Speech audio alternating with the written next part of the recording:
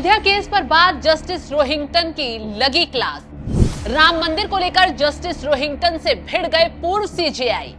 1 minute में पढ़ा दिया कानून के दायरे का पाठ।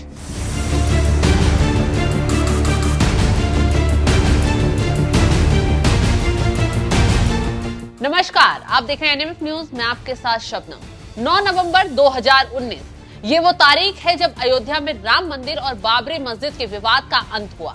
हिंदुओं की जीत के साथ भव्य राम मंदिर बना, मुस्लिम पक्ष को अलग जमीन मिली। लेकिन एक बार फिर अयोध्या के फैसले पर विवाद खड़ा हो गया है और उस विवाद में आमने सामने आए हैं भारत के पूर्व मुख्य न्यायाधीश डीवाई चंद्रचूड़ और जस्टिस रोहिंटन नरीमन। दरअसल बीते दिनों जस्टिस रोहिंटन नरीमन ने अयोध्या भूमि विवाद पर आए फैसले पर ऐसी टिप्पणी कर डाली जिससे पूरे देश में तहलका ही मच गया। खुद पूर्व मुख्य न्यायाधीश हैरान हो गए।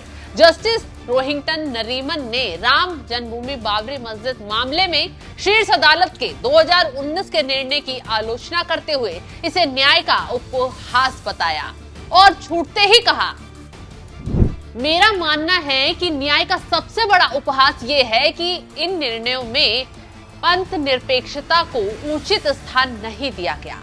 इसके आगे उन्होंने और भी कुछ कहा। आगे कहा, आज हम देख रहे हैं कि देश भर में इस तरह के नए नए मामले सामने आ रहे हैं। हम न केवल मस्जिदों के खिलाफ बल्कि दरगाहों के खिलाफ विवाद देख रहे हैं। मुझे लगता है ये सब सांप्रदायिक वैमनस्य को जन्म दे सकता है। मस्जिद के नीचे मंदिर ढूंढने, मस्जिद और दरगाहों के खिलाफ दायर मुकदमों के ट्रेंड को जस्टिस नरीमन ने हाइड्रा हेडेड नाम दिया, जो सांप्रदायिक तनाव और धार्मिक सौहार्द बिगाड़ रहे हैं।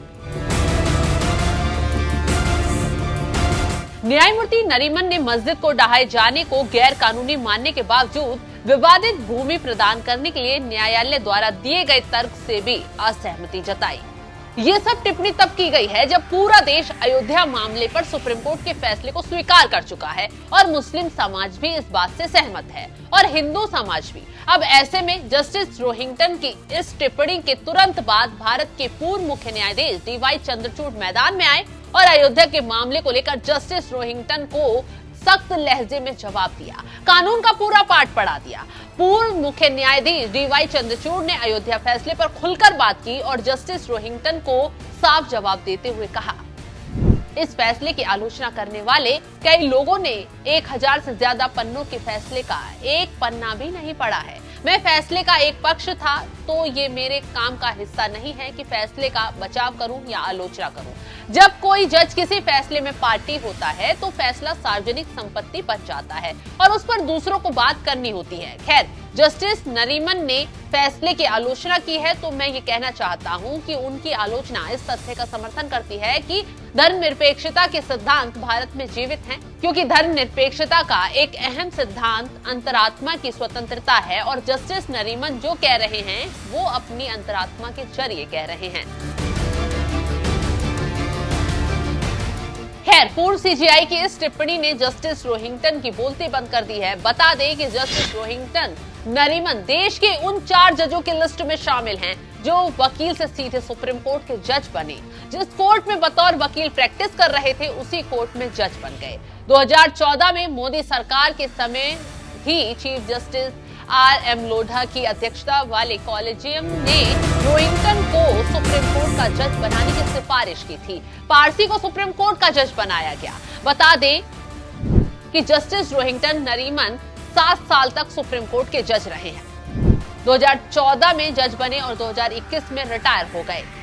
SC के उन रिटायर्ड जजों की जमात में शामिल नहीं हुए जिन्होंने रिटायरमेंट के बाद सरकारी पद ले लिया। बतौर वकील और जज जस्टिस रोहिंटन शानदार करियर के बाद रिटायरमेंट लाइफ एंजॉय कर रहे हैं। लेकिन जिस तरीके से अब उन्होंने मंदिर मस्जिद विवाद को उखाड़कर अयोध्या मामले पर टिप्पणी की है, उससे न सिर्फ देश का एक तबका भड़का हुआ है बल्कि पूर्व सीजेआई डीवाई चंद्रचूड़ ने भी उन्हें बता दिया है कि फैसले के असली मायने क्या हैं और अयोध्या का फैसला कितना सही था। फिलहाल इस खबर पर आप क्या राय रखते हैं, कमेंट कर अपनी राय में जरूर बताएं।